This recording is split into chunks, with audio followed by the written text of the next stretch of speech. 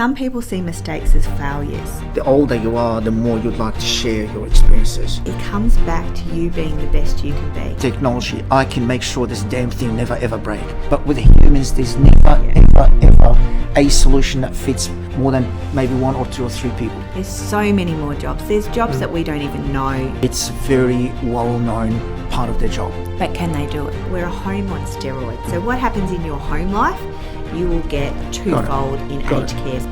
Why would someone join the aged care industry? It all comes down to connection and belonging. There comes a lot of guilt, a lot of heartache. Do you say guilt? Yeah. What do you mean by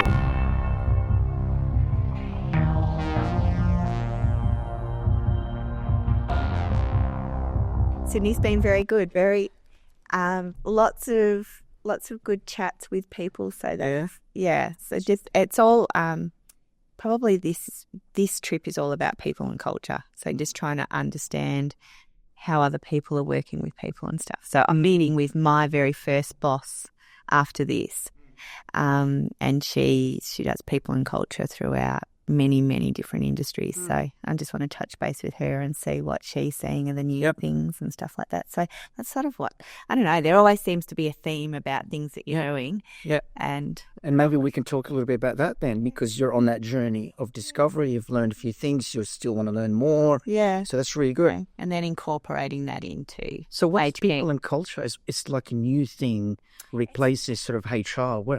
What does that mean, yeah? It's just like what we were talking about the other day when you were saying that CP, Yes. PO, Chief CPO. People's Chief Officer or something now. I was like, oh God, okay. There's when you come back to everything, it's about people. So whether it's personally, work life, how people come together, and you used to be able to say, right, when you walk in this door, this is business. You leave your personal life at home. Sure. You don't do that anymore. Sure. Because you've got to come in as your whole person. Yes. And then from that, holistically, it's all about you. So what is going on in your life? How's that impacting the people in the office? How's it impacting how you're interacting with people? Yep. And I don't know. And we're working with 5 generations of people now. Yes. So from doing that, there's a massive change. 5 generations of people. Can you explain to me what you mean by that? So all the different generations are in the workforce. So you've got people that are 70 years old and they were soldier on, just get in there, do your work type thing, leave your personal stuff at home, just bring work and dedicated and loyal to work. Then you've got sort of the next generations, and that's the journey I'm going on at the moment, is trying to understand how we bring all of those generations together, and especially in aged care, because we've got even the 90-year-olds and the 100-year-olds that we're working with, that we're looking after, but they've been, so how they speak to people and how they act, everything, compared to how someone who's 18, the expectations of what they have, racism, all of the things, homosexuals. Just to clarify, everything. To your audience, because that's an interesting point. I didn't mean to interrupt. I'll give you the microphone right back. So to clarify, because you're the CEO of an aged care business and you're dealing with your clients, your customers, the older people, so it makes even that whole age gap from the 18-year-olds that you might be hiring and all the way to the oldest people in your workforce, and then you've got even older people that are customers. Yeah. So that is really even further sort of manifesting itself in your industry, right? Yeah, like we live and work together 24/7. So you've got young people coming in from work experience, so they're getting their first taste of work life. Yes. And that's in a industry, like if they come to aged care, that's in an industry that you're dealing with people that are 100 years old. So dignity, respect, experience. But then also at that age group, you kind of have much more of an understanding of who you are and your beliefs and your passions and your strengths, that it can be perceived as being less tactful, or because you're direct now. You're like, no, well, this is me. Take me for who I am. Instead of, you don't have the confidence when you're a little bit younger. You're still understanding what your passions are. You're still understanding your beliefs. You're still getting experience in life to what you want. So with that, it's so hard to bring it all together and have everybody on the same page. They're in different areas of their life, a different self-esteem, self-calculation of where they are in their life. So to bring all that together, then plus compliance, then plus regulations, then plus what the government are wanting to do, fair work, where people feel they are. There's a massive understanding, and it all comes down to connection and belonging. I think people want to feel like they belong to something. This is so powerful. You know, Natasha, in every meaning of the word, I just discovered something really interesting that we can really focus on for a little while in this conversation. What strikes me is a lot of CEOs think it's an HR problem. I'll let the head of people and culture deal with that. If a CEO and even the board, as a matter of fact, don't understand the difference of finding and keeping a brilliant young person at the age of 18, I'm just going to the other end of the spectrum, as opposed to how do we find and keep a 60-year-old in our business, that is a major problem. To think that, that's a head of HR problem, to understand that. Yeah. So for you to be the CEO who's on that journey to understand what is really important for the 18-year-old or the 25-year-old versus the 50 and the 60. And it's different. Absolutely. Totally different. You're right. You've already touched on, I'm just going to give you the microphone and say, but you've already touched on something that sparks my curiosity there. You've talked about the expectations. An older person probably came from a generation of, yes, leave your stuff at home and come to work. They might be able to put up with that. You might be able to get away with that. But then it's another story when you're dealing with the 20s, the folks in their 20s. So let's talk about that. What have you discovered that you can share, but what is still, in your opinion, still a bit of a mystery? Because I can share tons of that as well. Well, I think it'd be I'm great. still don't know any mystery-wise. I can ask questions, but Yeah, sure. I think we're all genuinely the same, whether we're 18, whether we're 100. We want to be respected. We want to, there's lots of people that want to learn. We want to have a sense of belonging. We want to have a sense of purpose. We want to have a sense of hope that what we're doing in our world is actually creating a better world type thing. So that's a real holistic, high-level approach. In aged care, we really focus on person-centered care is what we do. So it's very individualized. I'm sorry, what was the word? Person-centered care. Okay. It's very individualized. When do you want your shower? When do you, who do you want to visit? What activities do you like? What fulfills you in your life? So we do that for our residents and our clients. I don't think we necessarily do it very well or have thought about how we do it for our staff. So for our staff, if we wanted to be employers of choice or in a place of employment where our staff come in and they actually are not a number, they're actually Anwar, they're actually Eddie, they're Natasha, and we know what their strengths are, and we're not, okay, you know how you just sort of like that SWOT analysis was there. What's your strengths, what your weaknesses? Okay, we've got to build on your weaknesses. You know what? You may never be able to build on those weaknesses because they're not a passion. They're not something that someone's ever going to really, they might build up a couple of percent, 10%. But if you build on their strengths and then have other people that come in and do work on where they don't have the strengths, all of a sudden you are building a team of elite people that feel that they're doing what they love. They've got passion. They feel like they're achieving because they're not trying to be something that they're not. And you're getting the best out of that person. Yeah. So job satisfaction, they want to come to work. They're happy to come to work. They feel like they are needed and have purpose, I guess. So, all of that, there's no theory behind that. That's just a genuine humanitarian philosophy, I suppose. 100% agree on how we can get the best out of people in our organisation. So what you're trying to say, it's not that complicated? I think we could put the theory all behind it, and I think we could get bogged down in the theory and everything. But I really reckon even if you went back... You're dealing with human beings. We're all the same. If you went back to the 1920s or whatever, that would be what people would genuinely want. They want to feel... As opposed to what they got, what they put up with. But it doesn't mean your theory hasn't been applicable for the last million years for us now.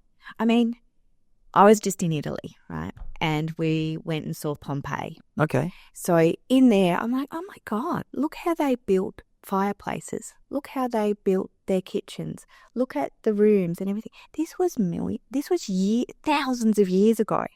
We're still doing the same we're doing now. But we're getting smarter. We're not getting... That's not probably... Our tools are getting sharper. Our tools are getting sharper. We're becoming probably more sensitive to things and listening and not... I think every generation hopes that they are doing a better or making things better. Do you know what I mean? Doesn't mean that was wrong, but hopefully we can build on every generation and bring a better humanity group here. We can bring better workplaces, more diversity in workplaces, less of the barriers for people to work in places, just females, males. There's a whole lot behind it that if you're the person for the job, it doesn't matter who you are, what you are, how you want to be presented.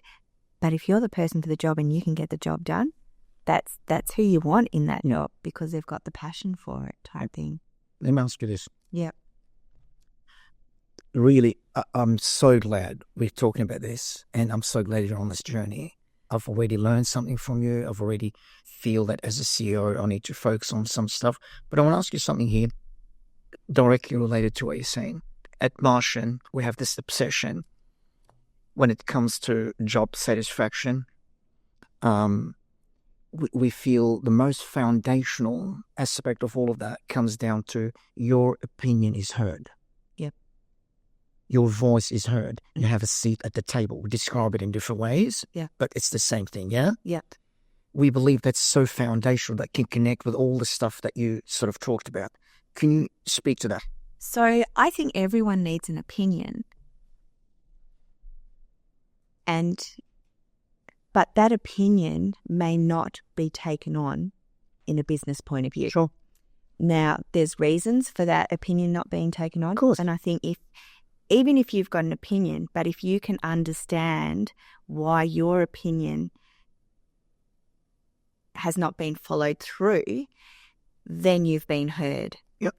But if you provide an opinion and you get no feedback or you don't get to understand why you haven't been heard, then your job satisfaction is not there because you feel like you're putting in you're making all of these comments and you actually may not be on the right bus. Like you may sort of go, this is really the place that I want to work. I love this place. I've heard, they're up and going. They're fantastic. They treat their employees well and everything. And then you come in and you start to sort of bring in your values and your morals and what you feel the business should be doing, but you're getting knocked back all the time. And it's like, well, is this really the place for me to be? Absolutely. And probably not. Yeah, but you would leave at least not feeling bitter about it. Yeah. They heard my opinion. As a group, we decided to go in a different direction, but I was given all the courtesy in the world to be debated and heard, and then the group decided to go in a certain direction. You would never feel bitter. You would move on positive. The company will remain positive. Yeah, and hopefully that's what has happened. I honestly believe everybody previously, you used to work in a role for 30 years, 40 years, you'd get the golden watch and that was your career. You came out of uni or whatever. Now people are looking for opportunities to grow. There's not that. And I don't know whether it's loyalty because I think when people are in an organisation, they're loyal. It's just that there's so much more opportunity now. There's so many more jobs. There's jobs that we don't even know that are going to exist. We have no idea what they're going to be, but they're out there. So I think because there's so much out there, people tend to move around a lot more. They will stay in a place when they when they feel like they are contributing and everything. And once they're not contributing anymore or they've outgrown the organisation, we're all caretakers of that role that we've got. So if we're in that role, and until we get to a point where, one, we've either come bored or we don't feel like we're contributing, or the organisation's going in a different direction than what we wanted the organisation to do, or we found a better opportunity, or we've just gone, this skill set I can take to a completely different industry and I'd like to try a different industry. You know, I'm only young once. I want to get out there. I can remember my first job driving down High Street in Melbourne and thinking I would love the opportunity to just stop in every business and work for a week, 2 weeks. That was kind of but I stuck with that organisation for 12 years. I've been in the aged care industry now for 15 years. So I'm probably loyal in that way, even though that would be my passion. But my risk appetite doesn't allow me to do that. And probably people would go, well, why do you want to come into our business for 2 weeks? That's too much hassle. We wouldn't even, now that I'm older. But when I was in my 20s, that opportunity to learn and find out new different things from everywhere. Let's talk about the learning for you. Yeah. How did you start all this? So what's Natasha? Where did you grow up? Any education, etc.? What was your first job? Take us through that journey. Yeah. So very quickly, primary school, high school, local high school. In Victoria. I was at Billanook College in Mooroolbark, and in year 10, all my male cousins went to Yarra Valley Anglican School. And I wanted to have a challenge, and I wanted to be able to get into that school because I was out of my cousins, there were 16 of us, there was 2 girls, myself. And what is that, like an elite school? Sorry, I'm just not familiar. Yeah, so it's a private school in Ringwood. Okay. And they all went to that school, and I said to Mum and Dad, I really want to go and see if I can get into that school. I probably would have been better off educationally at Billanook, but Yarra Valley really opened my eyes to the world and to there being different opportunities and things like that. So from there, I didn't get the result that I wanted, and I moved out of home and moved up to country Victoria, to Ballarat, and went to university and did my Bachelor of Business, majoring in accounting and computers. So IT. Ballarat, for those who don't, it's a major regional town area in Victoria. Yeah, it's the Gold Rush area. Sure. So, sure. Eureka Stockade and all of that. Coldest place in Victoria. But anyway. Gold, yeah. Yeah. So finished my uni degree and did that and went out and got an accounting job. So with an insurance broker. And I just didn't enjoy it one little bit. I loved figures and I loved the finance around things, but I just couldn't cope with not having everything balanced to the 1 cent. So it wasn't probably the best role for me. So I decided to go overseas and just go and see the world again. I'd been in the hospitality industry all through secondary college and university, so I had a lot of customer service. I was in management and everything in hospitality. So I had that background, then had the finance background. Then I was like, okay, do I go on and do computer programming or do I stay in finance? I'm like, I don't really want to just sit at a desk and do computer programming. So I went on and did marketing. And then went overseas, came back, went back into the hospitality industry, managing gaming rooms and stuff like that.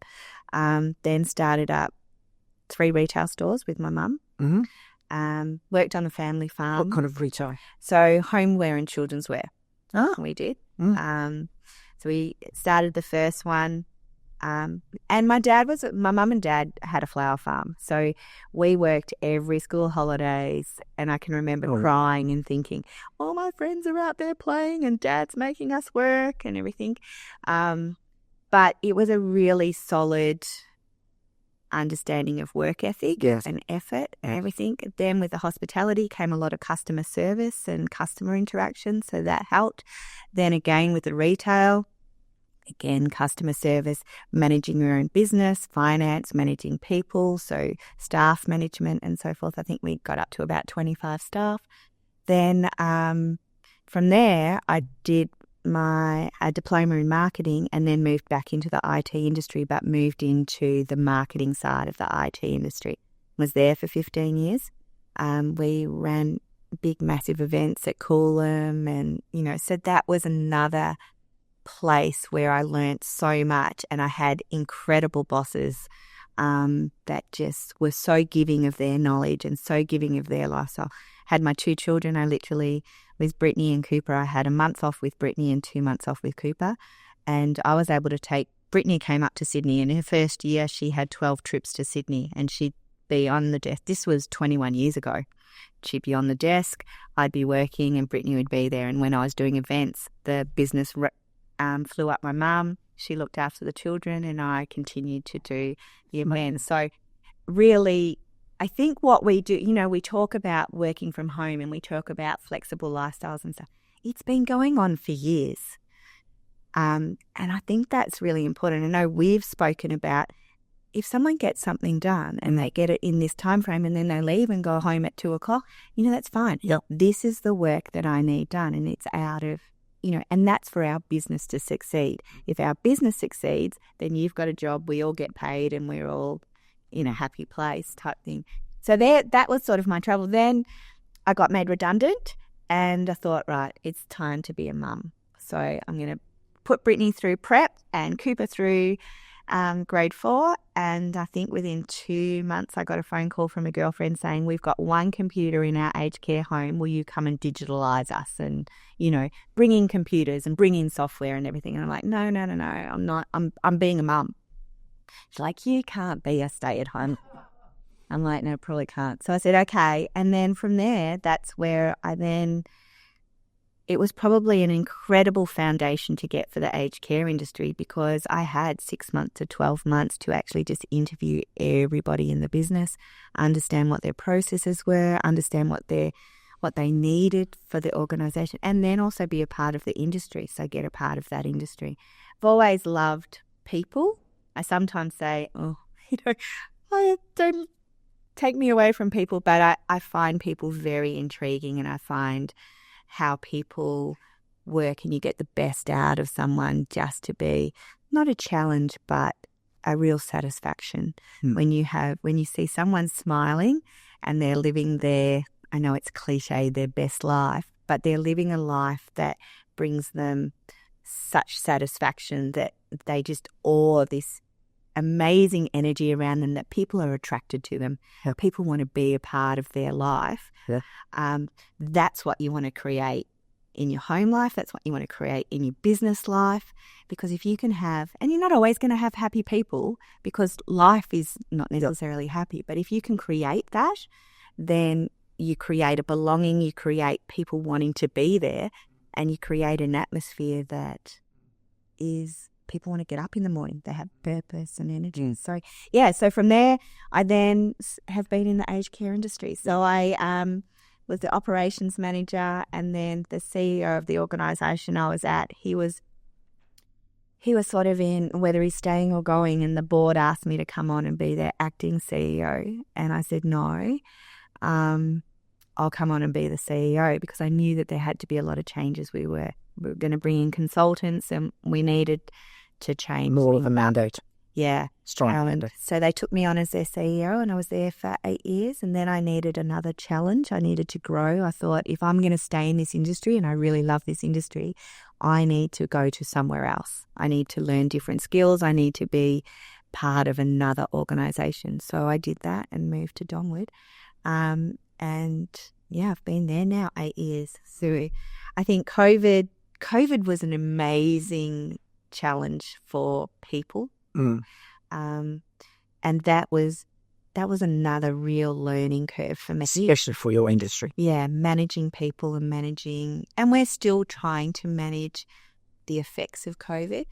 But compared to any other business or industry. Yeah, the healthcare is the most challenging. Yeah, You've got people in a confined place, and parents and kids and relatives want to visit them, and it was everywhere on the news. Yeah, it was amazing. I think I think aged care is very, very emotional. Of course, because honestly, anybody that comes into aged care, they are actually what we would consider palliative, because the healthcare sector can no longer fix what's wrong with them. Yeah. They're beyond being able to look after themselves at home. Yeah. That palliation period of their life could be many years. Sure. Could be a month, could be 3 months. But there's a lot of guilt there, and then there's a lot of, oh my God, this is where I'm going to die. Like, I'm going to die. Yes, we're all going to die. Some of us who haven't come into aged care will die at home, or will die in a car accident, or, different things. But when this realization comes that this is my last place, I'm never going to leave this, there comes a lot of guilt, a lot of heartache and everything. But we're still alive. Do you say guilt? Yeah. What do you mean by guilt? Because one, for partners, they say they've got married and their vows are till death do us part, in sickness or in health. And so this is sickness, and I now can't care for the person that I vowed on that day when I said I do. Right. So only one of the partners is coming. Oh my God, I never thought about it like that. And then also for family members, like for their children that have looked after, that mum or dad has looked after that child. Even now when we're 50 and 80, your mum and dad, if you still got your mum, they're still looking after you. Yeah. They're still worried about that one. It's the guilt from the kid's point of view. But I didn't realize that also in many cases, only one of the partners is coming to the facility and the other one's staying at home. Absolutely. That's interesting. So there's a lot of guilt there. And that guilt is another interaction with people. You're having to deal with and absorb. And these are your clients, the people feeling the guilt, this other partner, the kids, etc. These are your clients that you're dealing the contracts with. Grandchildren, everybody. So, and the realization of someone being quite ill as well, even though they're up and about and still talking, they have got comorbidities or acute parts of their health that are never going to be able to be fixed. So that will be there. So that guilt, Natasha, translates, let's say, from the child, the son or the daughter. Yeah. So that translates in the relationship of they want high expectations. Is that one of the challenges? Because they're feeling guilty now, all of a sudden, from this moment onwards, they want everything perfect for that for their dad or mom. Yeah, and that becomes like, we can only do so much with what you're paying us, with the industries, with the resources, etc. And that becomes really hard to challenge. Can you talk to that, please? But quite often too, we're thinking in a 50-year-old mind or a 60-year-old mind or a 70-year-old mind. If you talk to an 80-year-old mind, a 90-year-old mind or a 100-year-old mind with their health conditions, they quite often don't want what we want for them because they're tired or they're happy just being. They don't want to go to all the activities. They don't want to make new friends. They don't want to do things. So you really have to talk to the resident or the client and say, what do you want? How do we get purpose for them? How do they want purpose? But then meet the expectations of the grandchildren, even your staff. Staff are incredible advocates for our residents, and they want more than our residents half the time want for themselves. And then there's the fine line of the resident sort of going, I can't be bothered. And so it comes back to them still being an individual and a person. What is their purpose? Like my husband's grandmother, she had this copper art coffee table. Hideous furniture, but she loved it, and it was her husband bought it for her, and they had it in the house. So her purpose every morning when she got up, when she was in aged care, was to make sure she polished that table. And when she polished that table, she then knew that she could go out and do the things that she wanted to do. What used to polish it? Like a Mr. Sheen. Just, something simple. And it probably didn't need cleaning every day. It would have been spotless every day. But that was her reason for getting up. And I think we all have that. I know you love going to the gym. There's things that in your life. And I think nowadays I'm seeing the younger generation we might perceive it as being selfish, but we can't perceive it as being selfish, because if they're not the best people that they can be and they're not doing what makes them happy, they're not going to be happy for anybody else. So there's a lot, when I talk about these 5 generations, there's incredible learning in all of them, and I'm just starting to delve into it because I'm seeing the frustrations, and I'm also seeing the animosity within the workplace. Yeah.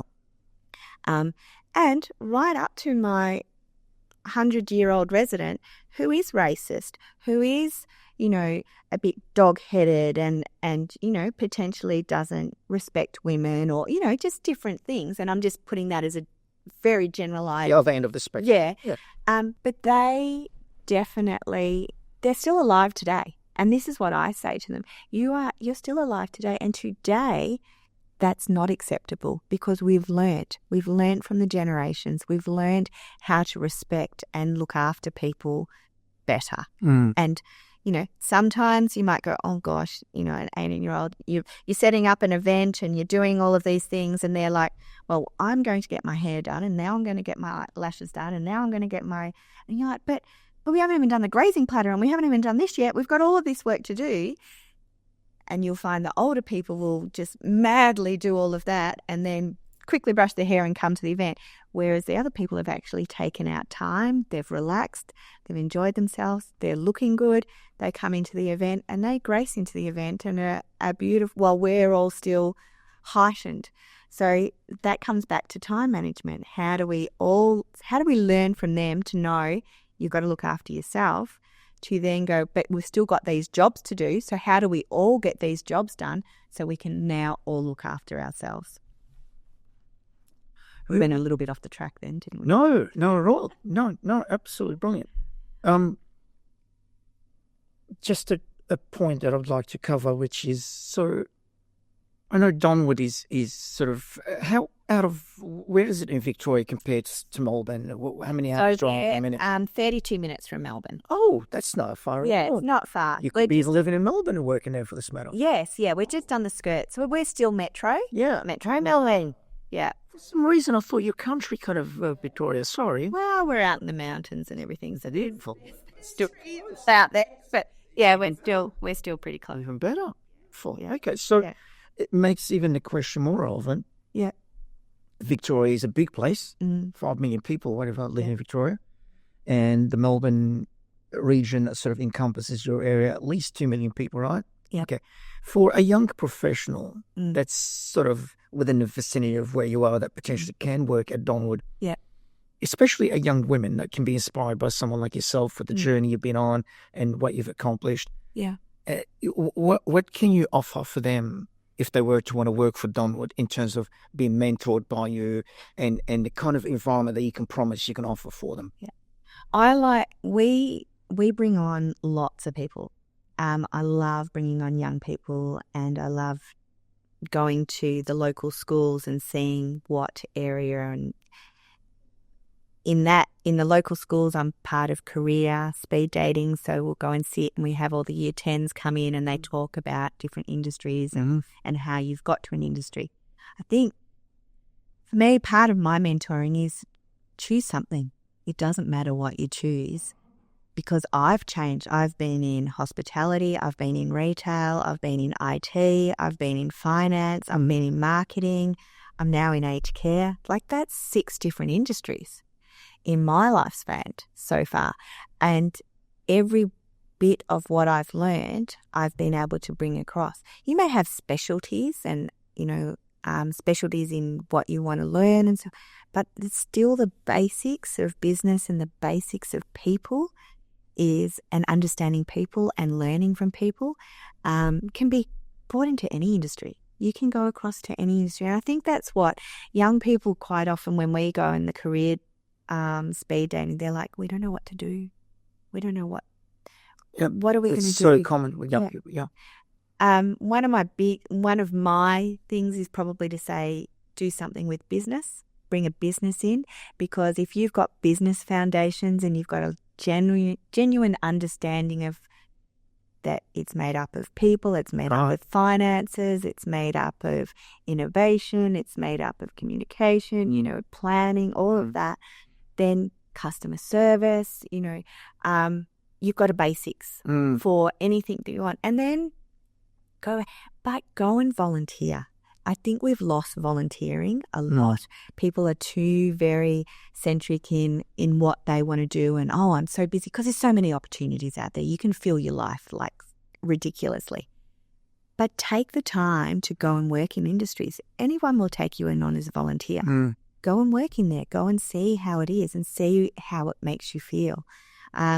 Anyone that comes to Donwood, I just want to give them the very best of their first work experience or their first opportunity to come into work. So what do you look for? Because clearly you can't do that for everyone. You can only take the horse to the water, but you can't make them drink. Absolutely. So you've got to bring the right people with the right attitude to start with. So what are you looking for? 3 things.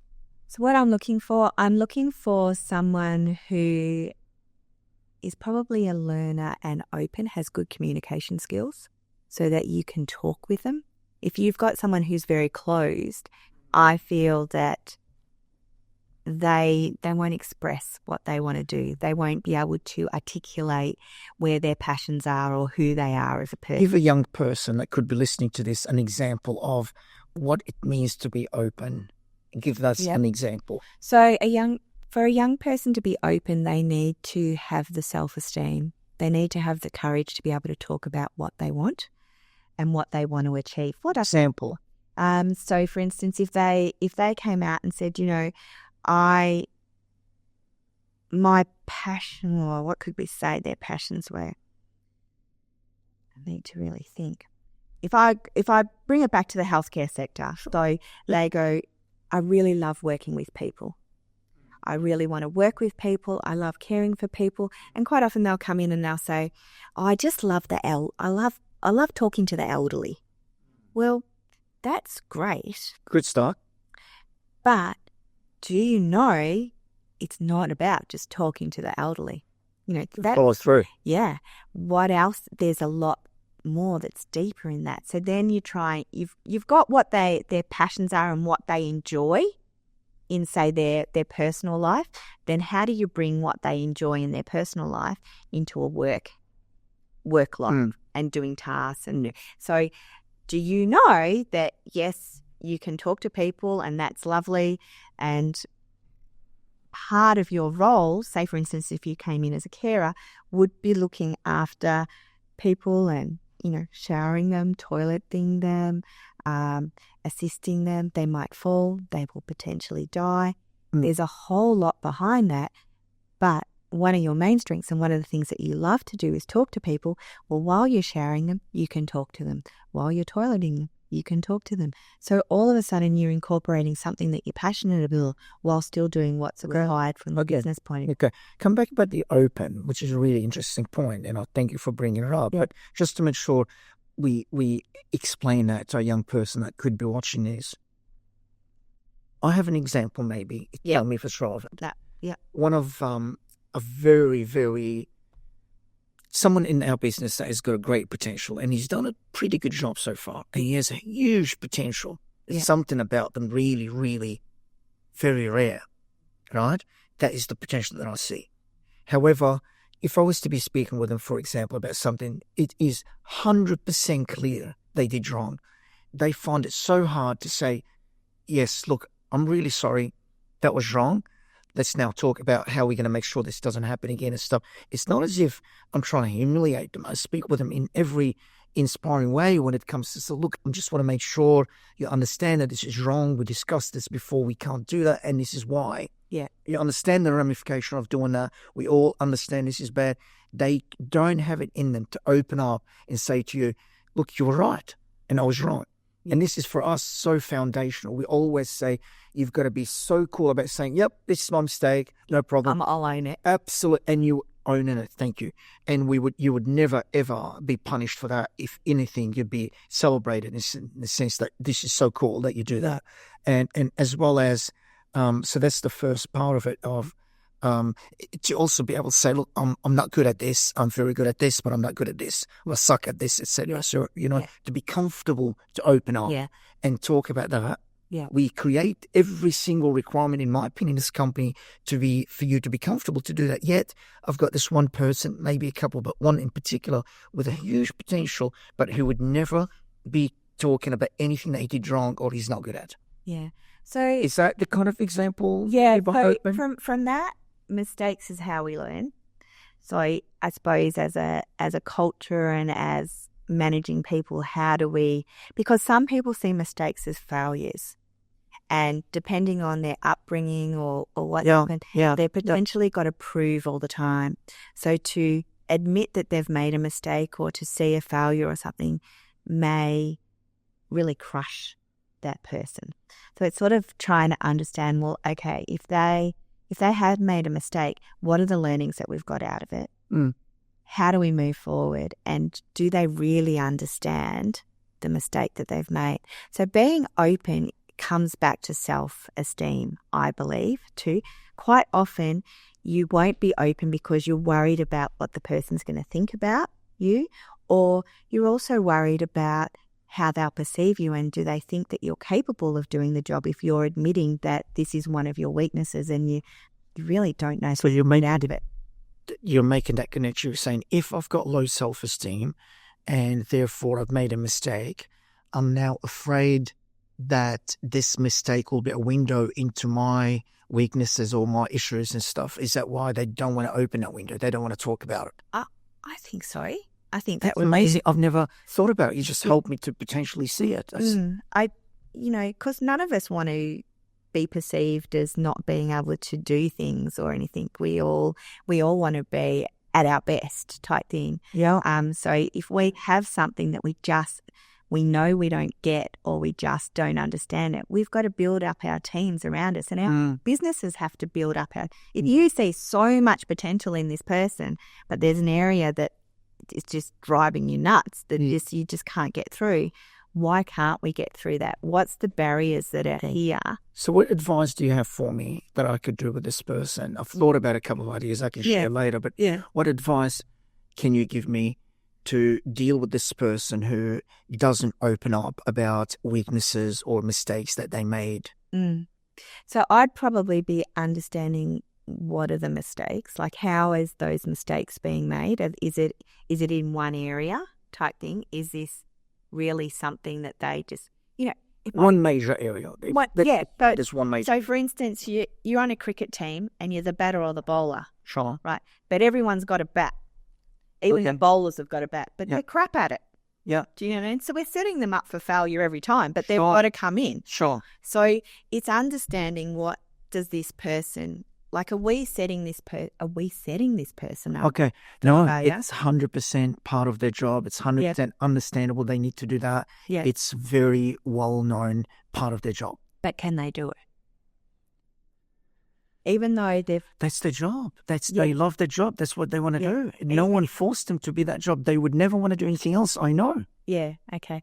So even if they want it, but maybe that's the job they want to do, but maybe it's not the job that part of the job they want to do. So you reckon they can be complemented with someone else, create a team that someone has got that strength? Yeah, potentially. I think with jobs, we have a job description and tasks in those jobs. And we're not always good at everything that's in that job. But Natasha, we're talking about the openness, because if there is no openness, if we can't have an honest conversation about it, if they can't accept that, that was a stuff up, then how do we even get there? Because we've got to start the conversation in an honest way first. Yeah, well, we've got to understand why they don't accept the... Sorry, Natasha, so what I'm saying is, how do we even understand whether we end up saying, okay, look, we now arrive at this understanding that you will never be able to do this because it's just not in your character, then maybe we can find someone to compliment them. But we're not even getting to that depth of the conversation because they're not opening up. Yeah. See, this is where I'm saying, how do you get them to open up? How you get them. Yeah. There definitely has to be a safe space that they're not thinking that if I do open up and if I do say, I actually can't do this. Safe space. Yeah. What else comes to? So they'll need to have a safe space. They need to have confidence that they know that safe space isn't going to cause them harm or for them to lose a job. Yep. It's just like, people get a crappy meal and they're like, I want to send that back to the chef, but the chef's going to spit in it and give it back to me. Right. Do you know what I mean? Sure. It's having true trust and confidence in their manager as well, that they can be open and talk like this. No, I agree. Because we've got staff members as well that incredible, but their people skills really lacks. Their clinical skill is incredible, but their people skill really creates mayhem. Yes. But it's part of their role. Yeah. But they're just never going to be able to do that. In the IT industry, we call these cowboys. Really good developer, for example, but they cannot take criticism. They cannot work with anybody else. They think they know everything. You can never get them to talk to a client. Yeah. And that's a person's makeup, and sometimes we have to accept that. Oh. But they need to be able to, and we're having some discussions at work exactly like this in relation to people and saying, we don't want to lose you from the business, but the role that we've put you in is creating stress for you, creating stress for the team around you, creating stress for everybody, that it's not it's not the place that you should be in the business. And we've got to now nurture how we do it. But it's taken a long time for that openness, that trust, and also for the person to actually go, yeah, that is me. And because sometimes they don't want to be that person either. They would love to have strength to be able to talk to people, or they just don't see it. They just simply don't see it. No matter how much you can hit your head and try and explain it to them, they just don't see it. Yeah. Okay. So, yeah. That was really cool. We started this question about 15 minutes ago with the someone that want to potentially work for Donwood. Yes. What they could learn from you and from the environment. Why would they want to work for Donwood? Whether they young people, whether they want to work in marketing, or whether they want to work in aged care, working with the older people, whatever that job might be. Yeah. What? I mean, maybe speak to what's the aged care industry got to offer. Yeah. Why would someone join the aged care industry? But even if it's not the aged care, if someone coming to marketing, they might think in their mind, oh, it doesn't matter what the industry is, I'm doing marketing. So, I mean, maybe start with the aged care industry. Yeah, I think someone join the industry. What you get out of the aged care industry, and I know even other health sectors like hospitals and everything love to have people come from the aged care industry, because what you actually get, you get a holistic view of the patient, their family, everybody. So you actually become a part of their world. Your time management has to be incredible, because you are, you think you've got 8 or 9 residents that you're looking at, and we all get up in the morning. People do the same thing. We all get up in the morning, we have a shower, we go and have breakfast, we might do activities and everything like that. So it's managing how we get everyone up and being respectful of them. I think also the people management. So you've got time management, you've got people management to really understand. And people are, how many stakeholders when we say people? I say I can talk to about 600 to 800 people a week. Sure.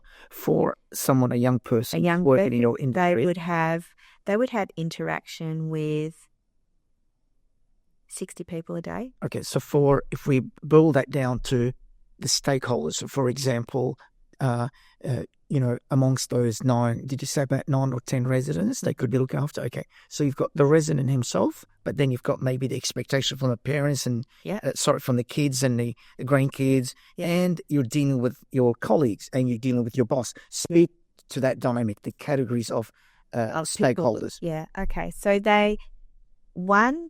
say for instance a carer comes in, a young carer, it's their first job, they come in, they've got to understand the resident. So the resident is their first point of call and who they've really got to look after. Their managers have the expectations of how they will look after it, and then the team around them are the ones that will assist them to look after that person. Say, for instance, they need to have 2 people there to do the care and things like that.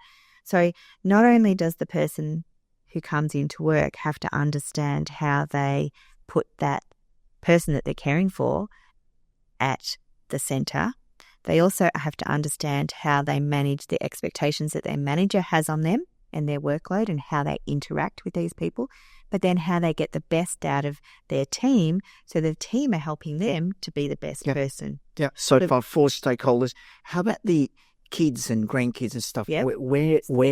How do they interact with them? Give us an example of at which point they get to interact with them and how important that is. So that carer may have to be caring for someone's loved one and they're sitting in the same room.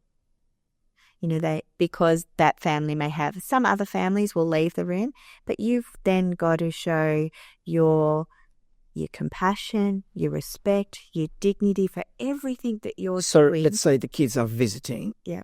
And clearly for 2, 3, 4 hours. Yeah. And during that which time you might be needing to provide service and all of that. Yeah. Yeah. And so there's expectations there in the sense the person that pays the bills is watching your service. So that clearly is a lot of experience for someone to really be able to handle these situations. You're really learning a lot of customer service and stuff, yeah? So your resilience, your self-esteem, your confidence in what you're doing, you're not second-guessing yourself. That's a lot for an 18-year-old and a 19-year-old. Yeah. It's a lot for a 60-year-old. You're on show and you are looking after someone to the expectation. And in a family, you might have families that go, I want to know when they blow their nose. And then you might have other members in the same family that say, if they pass away, please don't call us till after 9 o'clock. Oh. So you've got expectations. Yeah. So managing people, even though our staff would not even think that they are managing people, their managing people is probably the biggest part of their job. So this is something I didn't know about. So you're saying part of their job is they might need to call the grandkids or the kids at certain events. If something happened, you're obliged. And usually managers will do that. So it's not necessarily the care staff, but the care staff are the ones that are in the room if the relatives or have passed by. So quite often they're the ones that are talking to the relatives. Of course, the main changes would be for the main managers, but the care staff are all there. So to come into aged care and to come in as an early, like people will come into our kitchen and be our kitchen hands at the age of 15. So they're seeing dementia, they're seeing families, they're seeing death. Some of them have never had anyone pass away in their life because they've still got their grandparents and everything. So that the industry to learn about people and to have that care, the empathy, respect, dignity, but then also have a man touch your boot, for instance, and go, that's not on in our society, but this man has got a cognitive impairment. So how do I not take that personally? And that's just he doesn't understand what he's doing as much. For a young person, that's a massive learning curve as well. Creates so much resilience. For me, anyone that wants to get into an industry or a caring industry, I love bringing them into aged care because they really get a real holistic view of how to manage people. And it's such a foundation. It's such a foundation to get empathy, to understand that we're all different and the different expectations people have, how we all work, how you bring a team together, how people feel belonging, how you set your own boundaries. Yeah. So setting those boundaries, that all relates back into your personal life. Setting your own boundaries. What boundaries are you referring to? So if you've got, say for instance, you've got 8 residents and 3 of them are on palliative care and you've got family members feeling guilt and crying, and then you've got other staff not sure how to deal with this death, and you're the one that you're coping with it. But then if you take on everyone else's feelings and try and help them, Right. Well, you're all of a sudden not going to be the best person for you because only so much you can do. There's only decide what you believe is the top priorities that will make me feel not only I'm doing my job, but personally as a human being, I'm satisfied that I can go home and feel I've done everything I can. Yeah. It's like I never thought of that. Like the staff member that you're saying is making mistakes all the time. Well, what are his or her boundaries? Why is they making the mistakes? Why aren't they coming and being open to you and saying, I actually can't. My boundaries are this. This is what I really see and my strengths and what I can bring to the business. And then because I'm being pushed down this other lot that I know I can't do, or I need more learning, or give me more time, or I just don't get it type thing, to be able to have those boundaries to set up that openness, and then the self-esteem, and not the risk of failure, and not the risk of being viewed as a lesser person or something.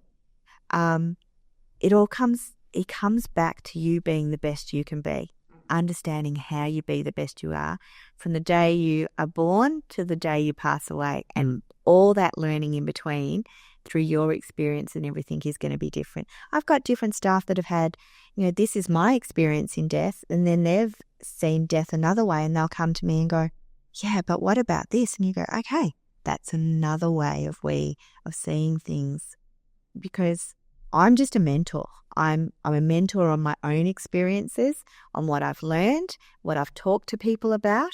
That's all I can and give. What I've the theory and everything.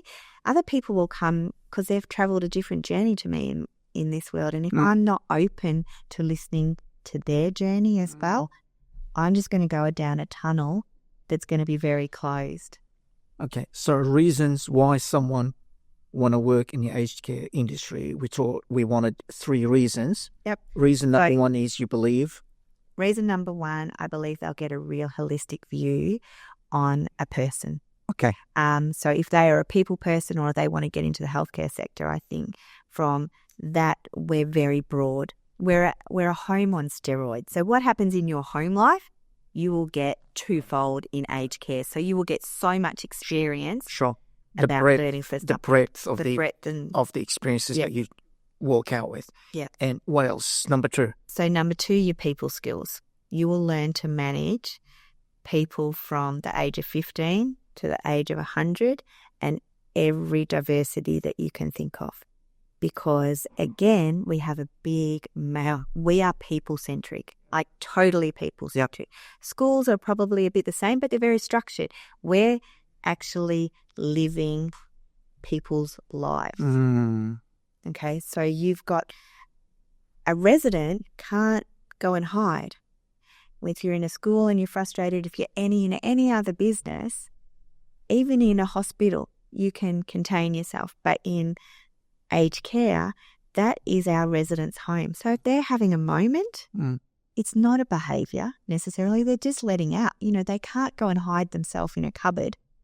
You see them 24/7, wholly exactly how they are.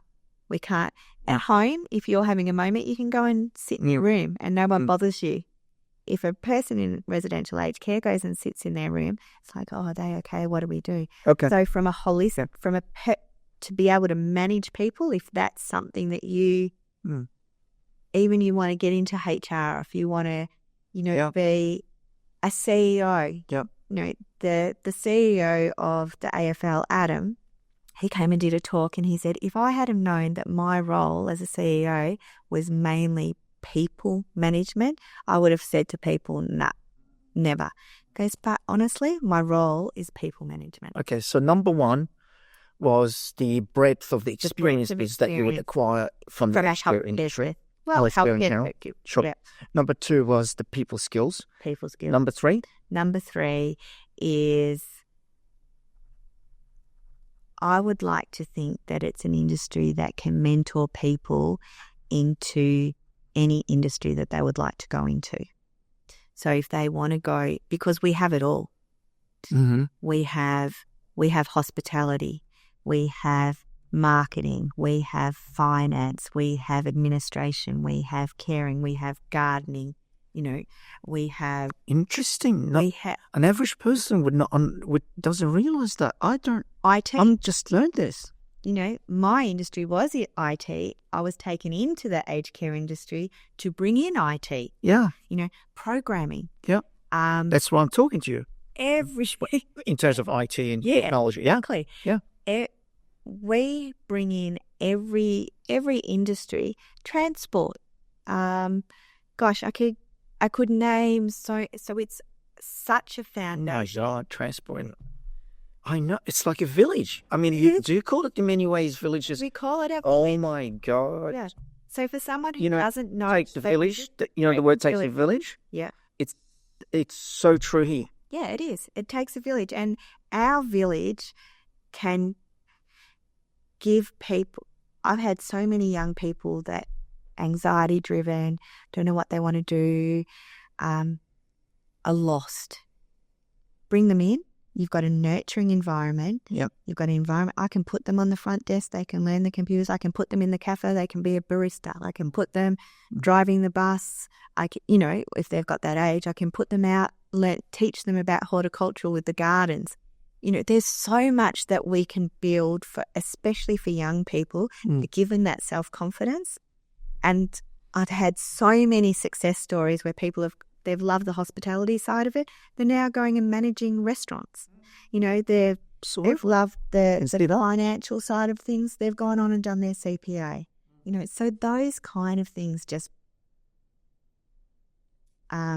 makes my heart flutter, and it's exciting to think that we were able to bring them into a nurturing environment, give them the self-esteem, give them the confidence to be open about what they want to do and where they want to go, and then have confidence that I actually can do this. I can be the person I want to be, and then go and travel their dreams. It's amazing. Thank you for sharing that. Brilliant. How about if we go back to that whole journey of discovery that you're on right now, or at least you're trying to strengthen yourself or take it to the next level. I'm sure you already know a lot about the topic. No. You're humble by saying I'm trying to learn, but this whole thing of people and culture. Yeah. And the way you describe it, at least one aspect of it that you find curious now and trying to learn more about is, what does it take to recruit and retain a young person, 18, versus a 60-year-old person? What's important to this person versus that person, and what's common? And you and me sort of agree at high level, at the foundational level, it's all the same. We're all humans. We want the same thing. And I emphasized on knowing that your opinion is heard, meaning you have a seat at the table. Yeah. And you did compliment that by saying it doesn't mean if you say your opinion is going to be done. Of course not. As long as it's heard and debated. Yeah. And you have different aspects of that in terms of what's important. Let's go back to that. What do you feel right now is the number one most common reason why people would want to work for an organization in terms of their job satisfaction and why they would stay? I think it's different for someone coming out and starting their career to someone who's at the end stages of their career. Okay. Someone wanting to come out and start their career, they want to be in a vibrant, innovative organisation, because they're hungry to learn, they're hungry to get experience, they're hungry to understand how they can make an impact. Who doesn't want to be busy if they love what they do and believe in what they do? And what I mean by believe, if they feel they were part of that decision, even if it's their opinion got eventually gone on an angle and end up being there, but because that's the quality of the conversation made it clear that this is the right decision. If they're involved and if they love what they do and if they believe in what they do because they contributed to that strategy, who wouldn't want to be busy, whether you're 18 or whether you're 60? So why isn't that coming from an entrepreneur like yourself, Anwar? That is your makeup. You want to be busy. You want to be innovative. You're driven to just change and be disruptive. You want to grow. And that will never. That's why you have the business that you have. other people, like for the end stage of being at, say it's the end stage of their life, they're still driven, they still want to achieve, they still want to have job satisfaction, but they're not going to be as innovative anymore. Now they're more of a mentor. Now they're more sharing their experience. I talk to a lot of our end stage career people on how they can ensure that their legacy and their knowledge and their information, the transfer of their information, can be brought down into the younger person, because they're not going to be in the workforce forever. But we need the younger generation to come through, and they need to feel that their innovation and the way that they do things and be heard, their opinions on how they want to do things, is not just, no, we don't do it that way. The people that are in they need to be able to bring them in and have them feeling like they are a part of the organisation. So that's where I think it comes down to the person. Yeah, I think I learned something from what you said. I do accept something that resonates with me. The older you are, the more you'd like to share your experiences. Yes. So that becomes part of the job satisfaction of an older person. Yeah. Is part of my job me sharing my experiences. It's your legacy too. It's your knowledge as well. And you're not going to feel happy and satisfied if you don't get that. No. And for a young person, probably that's not as important. I want to try different things, maybe might be important. Yeah. You're right, there are differences. Yeah. Sure. Yeah, there's definitely differences. But, I mean, I think all in all, we still all want job satisfaction. We still want to have purpose, and we still want to feel like that we're contributing to our organisation, or else why would you be there? Let's talk about this then. What does that mean, contributing? Let's break it down. Yeah. So contributing for me is ensuring that I'm providing Donwood a pathway where it's, so as a leader, as the CEO of Donwood, I'm providing the pathway of Donwood that is being continually innovative, continually looking at what needs to be done in the industry and being better.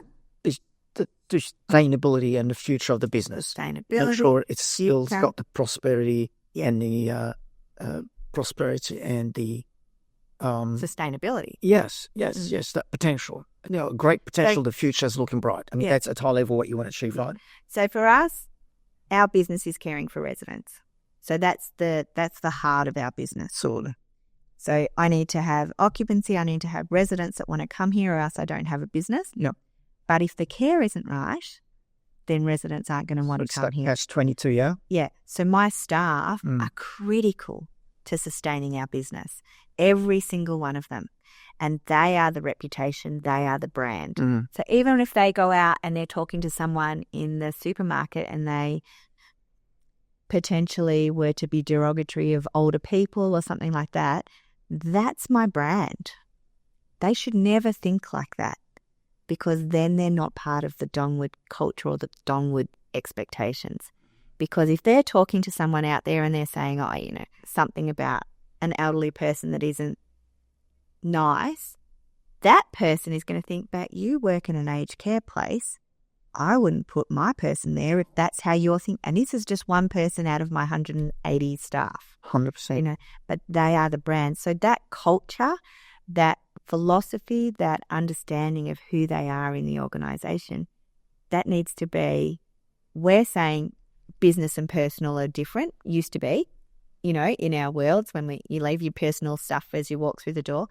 Now we're saying, well, actually, you're my brand, even in your personal life. So we're wanting it that way, but then we don't want them to bring their personal problems to work. Yeah. Well, you can't have it both ways. So we have to understand the staff member holistically. Yeah. But even if you were just to think about it from the business point of view, let's just say you're not even a kind leader, God forbid anybody out there. You just want to make money, you just business. Even if you were that person, it actually makes perfect sense to have that proper, true satisfaction of the employees. Common sense, it's the most efficient because they're going to be doing the job better. The quality of the job and the quality of the job would be better. But also, as you just said, it's going to bring in more people. I mean, do you know what I mean? Like, even if you don't believe in it, it makes perfect sense. I think that kind of model can be sustainable for a little bit. Like I coached a basketball team. Yep. And that team, it was a girls' basketball team. They were in their 16, 17. They were horrendous to each other. They were bitchy. They were just not nice. But we were so successful. We won the grand final. Sure. Everything against what I thought a team was, we didn't do. But we won the big dollar at the end. Okay. So for an organisation, sometimes I don't believe it's sustainable long term, but it can be. What is not sustainable? The success. So you know how you were saying like there's a leader and he's just so driven and he's successful. Yep. She successful. They're going down the path and they're winning everything. Everything's going gangbusters for them. But everyone around them is in a big dark cloud, but they're still successful. It's not what I meant, but I'm happy to pursue that angle. Doesn't matter about what I meant. It's certainly what I meant. But yeah, keep going. Sometimes those teams still work, but I don't think it's really it's sustainable in the long run. I think they'll fall apart in the long run. Absolutely agree. But also, to your point, I think if and when they won, it's just maybe the competition was tough enough. So as soon as the competitive environment changes and the true test happens, that's when they fail. You're right, because it's not sustainable. Yeah. No. Yeah.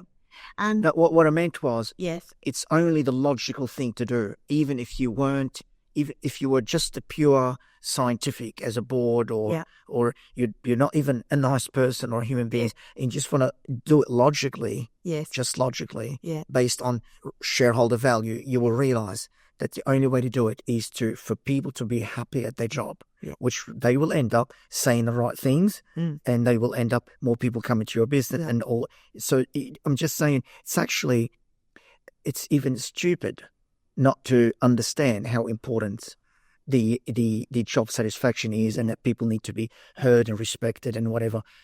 It's even stupid, not just kind. No, yes. It's logical and intelligent. Yeah. And kind. Yeah. No, we definitely, I think we're much more of a people world.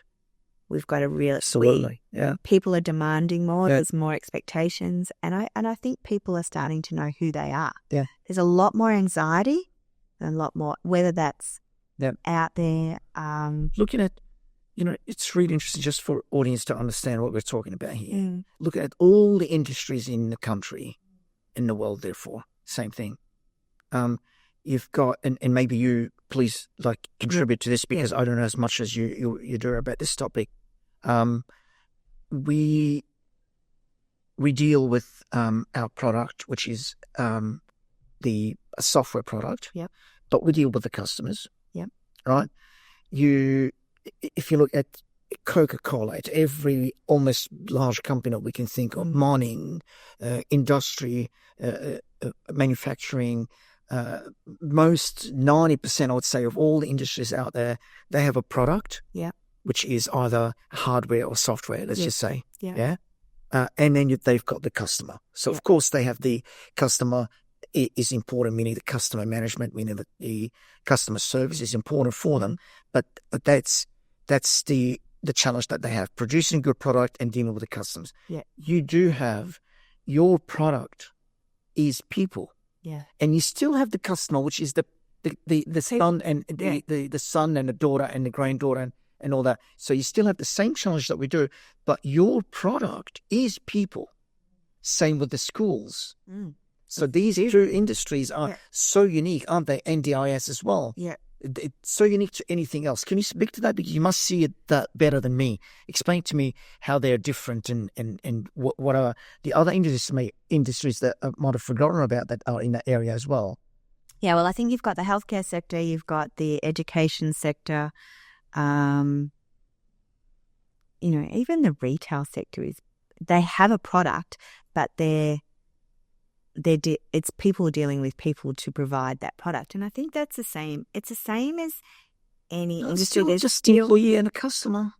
Yeah, but it's without that relationship, it doesn't matter how good your product is. No, of course, but that's the case everywhere. I'm acknowledging that. So I think you've got a product and a customer. That's the challenge everywhere. I'm acknowledging whether it's Coca-Cola or us or you.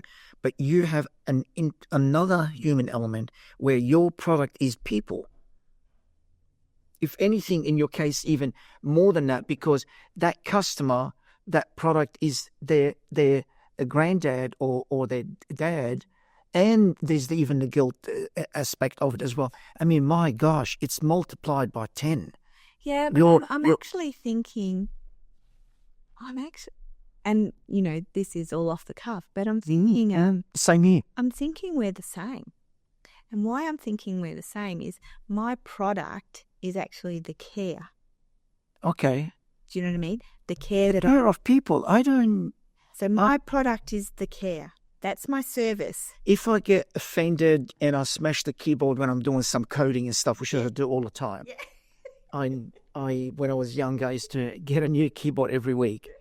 It's like a tennis player, not finishing their racket. Exactly. No one will know about it. Well, at least people are watching that guy, but no one will know about it. I might be doing it at 3 a.m. by myself, and the next day I'll sleep well and I talk to the clients. It's all good, and give them the product. Eventually works. It's fine. But you can't do that when you are caring. You're caring with a person where you need to be on the ball in terms of your as a human-to-human interaction all that time as you're doing the product, as you're dealing with the product. You're right.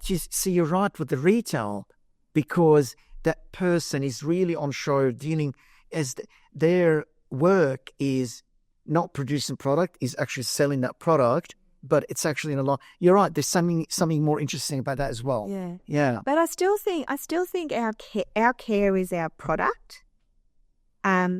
So we've got tools just like your keyboard. But you could be caring for a beautiful, very expensive, $1 million, I don't know, golden statue that you're polishing it and making it work all the time and selling it. But you quit caring for humans. There's definitely something different there. And that's definitely the emotional side of things. Definitely there is a lot more emotion in it.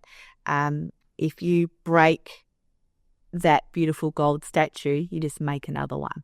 Do you know what I mean? Or if the cake that you've just made for someone's birthday that you're delivering, it's still person to person. There's still a lot of emotion there. But if you break that, you can fix it. More to your point, with technology, I can make sure this damn thing never ever break. I can create things to hold it in a way that I can polish it 20,000 miles an hour and should never break. You can always solve, but with humans, there's never, ever, ever a solution that fits more than maybe one or two or three people. No. And when your friend's looking after humans, so yes, there's the theory. Yes, there's the medical technology. Yes, there's the tools. Yes, there's all of this that we can look at, but we're still dealing with humans. So if we make a mistake, it can be a very costly. And that is why, in my opinion, when it comes to real experience or the ultimate, let me say, the really other end of the spectrum, the top end of the spectrum of customer service, it would be aged care. Yeah, in my opinion, because of this additional element that doesn't exist in other industries, despite the fact that they do deal with customers. Yeah, there's an extra element here that will take it to the next level. Yeah, and that's like paramedics, that's like fire, that's like SES, the police. That service that you are looking after a person, and you've got all of these other elements involved, is very much. It's a dynamic that we all have to deal with, but I think that's what attracts people to that industry. Yes, that's true. They're ready for that. They're ready for that. Can you imagine a young person from the age of 18 to 25 succeeding in your industry? What they could be capable of from the customer service point of view at age 25? Yeah. They can work anywhere in the world in any industry. Yeah, but I don't think they understand. I don't think we see the industry as caring for people. Yeah. But there's so many other dynamics in that industry that... It's the village we're talking about. Yeah, that people can really get. The idea and the garden and the other employees and the manager and stuff, it's still a company, still an industry. Yeah. You still have to make money as a matter of fact. Still have to make money. Otherwise you can't run it. No. Yeah. Can't run it for free. So, that's good. And let's talk about one thing you touched on before. You said if you were to give an advice to a young person in terms of their career, you're saying work in a business, understand what it means to run a business is a good foundational experience. I really love that, because a lot of young people, and in a positive way, I'm not criticizing, a lot of young people have got, and that's what you're supposed to have. That's why life is great, and it's that mix and between young and old, and the different sort of aspirations and experiences and thought process and how we see the world and our worldviews and stuff. So for a young person, they are creative, and they are, in a sense, still very idealistic, which is great. We need that to dream, right, and not forgetting about things and stuff. And then they might think that companies run on water or something. They don't understand enough the value of profit. You don't make profit, it doesn't exist. Everybody goes home. There's no business. So for them to get a taste of that, to balance their beautiful idealistic dreams and stuff, which we want them very much, we want them in life and in the world, but to mix that and balance it a little bit with the reality, I feel it would be very powerful element to add to their experiences. Oh, absolutely. I think it doesn't matter what you end up. It doesn't matter what you're doing. You could be a tradie, you could be a hairdresser, you could be a CEO, you could be the gardener, you could be managing the laundry, you could be the chef, you could be the clinic, anything that you are, the software developer. If you don't understand the dynamics of how the business works, then you don't understand your contribution to that success of that business. So that's why I always say a foundation of business not only makes you a very, very incredible employee to have in a business, because if you've got a business acumen and you understand what your impact is on that business, how you can impact it financially, impact it by being an employee with other people, impact it by the knowledge that you bring into that, the innovation that you bring into that, your personal dynamics into it, about the village, like if people, the dog here today, whose is the dog? And the dog's very protective of anyone coming into the building. Who's this new person? So you met Prince. I met forgot about Prince. That. Okay. Do you know, what's Prince think of this new dynamic and what's happening? So interesting, It just comes down to anything. Businesses change, and there's new things that come into businesses all the time.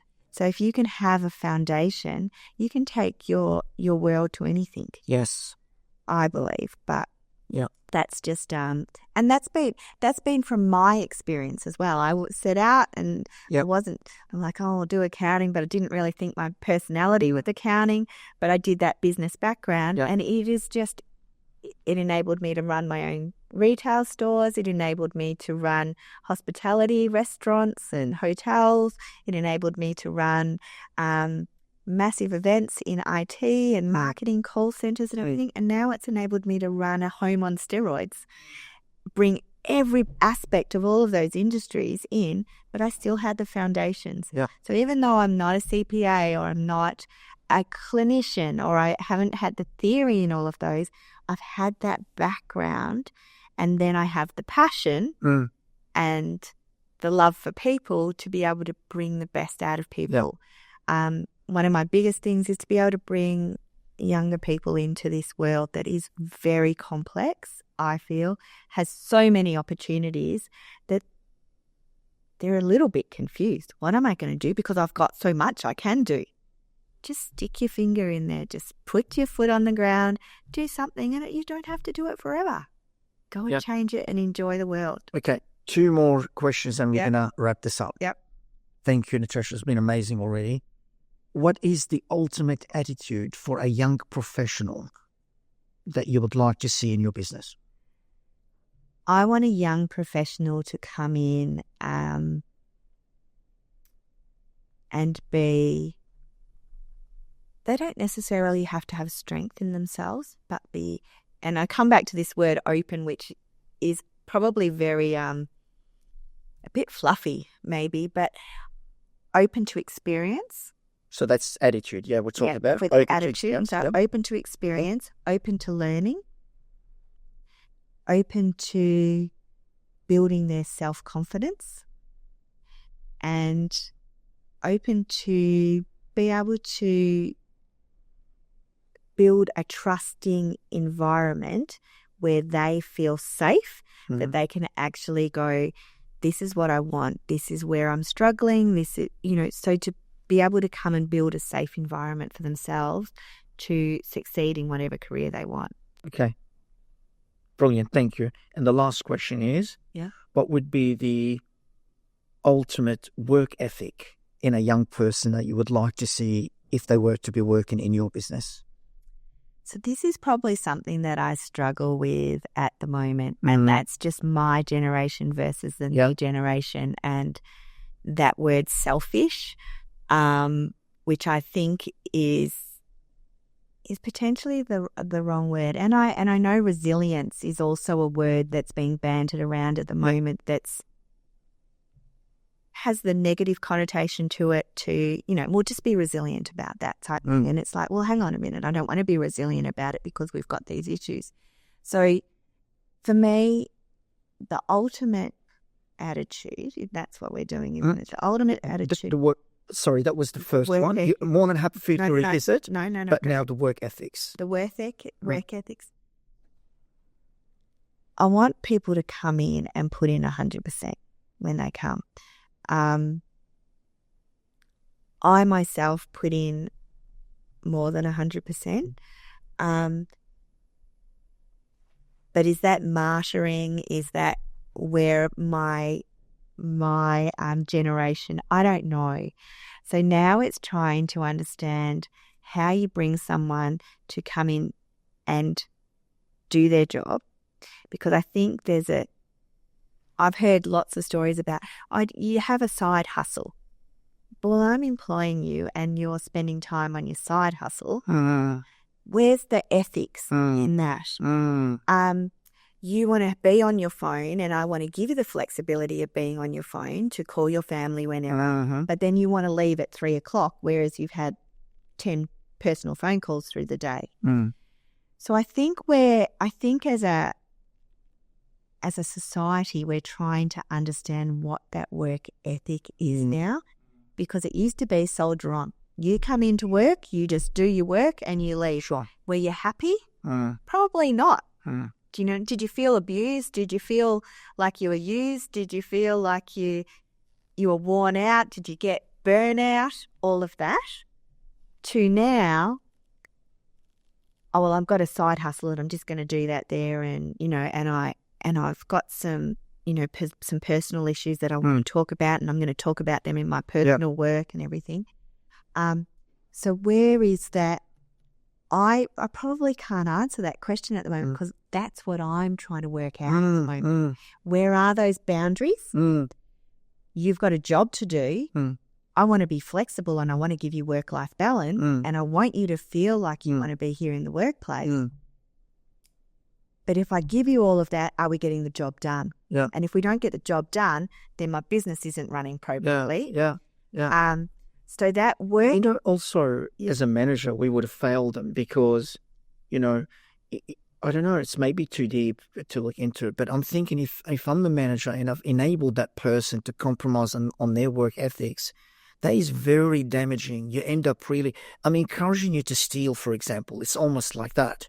So how do you think you're going to be 3-4 years' time? You've been stealing almost, or you reflect on your life and you were stealing for almost from a company in a sense, because your manager didn't give the crap or didn't have the guts to really pull you up and make you realize that this is work ethic. It's really about you as a person, how you feel about yourself at the end of the day, not just about what you did the right thing by the company. So as a manager, we have that responsibility to really make it clear and make people accountable and responsible, and they understand really why those boundaries are important. It's part of your character, your responsibility, how you feel about when you're facing the people after work, that you feel that you've done the right thing. It's going to make you a better, stronger leader, better parent, better brother, sister, etc. when you go home. Yeah. It's really important. And I think too,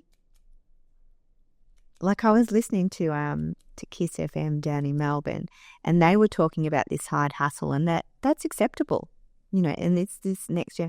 And then they're also were saying it's acceptable to take the toilet paper from work, or take the tea bags from work, or, if you need some stationery, take it from work. Yeah. One thing that I love about Donwood is that we are a not-for-profit. I don't have an owner.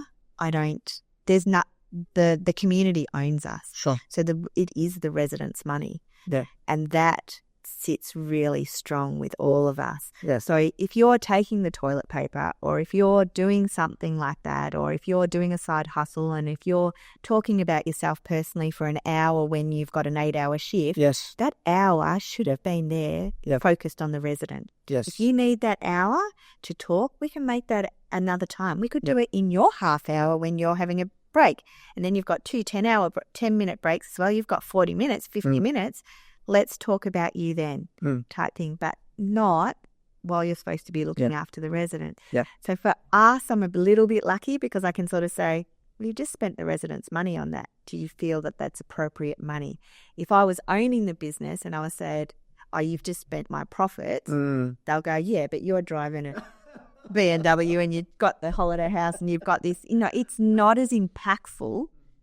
And I think that is sometimes harder, or other organisations to be able to justify that money when there's an entitlement that people feel that. And why are they feeling that entitlement? Yeah. Why are they feeling that they've got to take the toilet paper from work? Yeah. Sort of things like that. Yeah. Natasha, thank you very much for an amazing conversation. And I personally learned from it, and I hope that people watching this will be learning something from it. Yeah. And Natasha, I love these conversations. Because I learned something from it too. It really opens your mind, and it opens. I'm glad. And you've got time to actually sit down and talk about things instead of work. So that means we're going to do it again in about 6 months' time. Promise? Because you said you come down and catch up with the girlfriends every 6 months. We'll do it that time then. Okay. Totally. Everyone, that's Natasha Wilkinson, the CEO at Donwood. Amazing person. Thank you for your time, and we'll talk to you soon. Thank you very much. Cheers. It's a wrap. Team, thank you. That was a lot better than I anticipated in terms of the depth of the conversation, and I really thought that was a really, really good conversation, Natasha. Thank you. Yeah.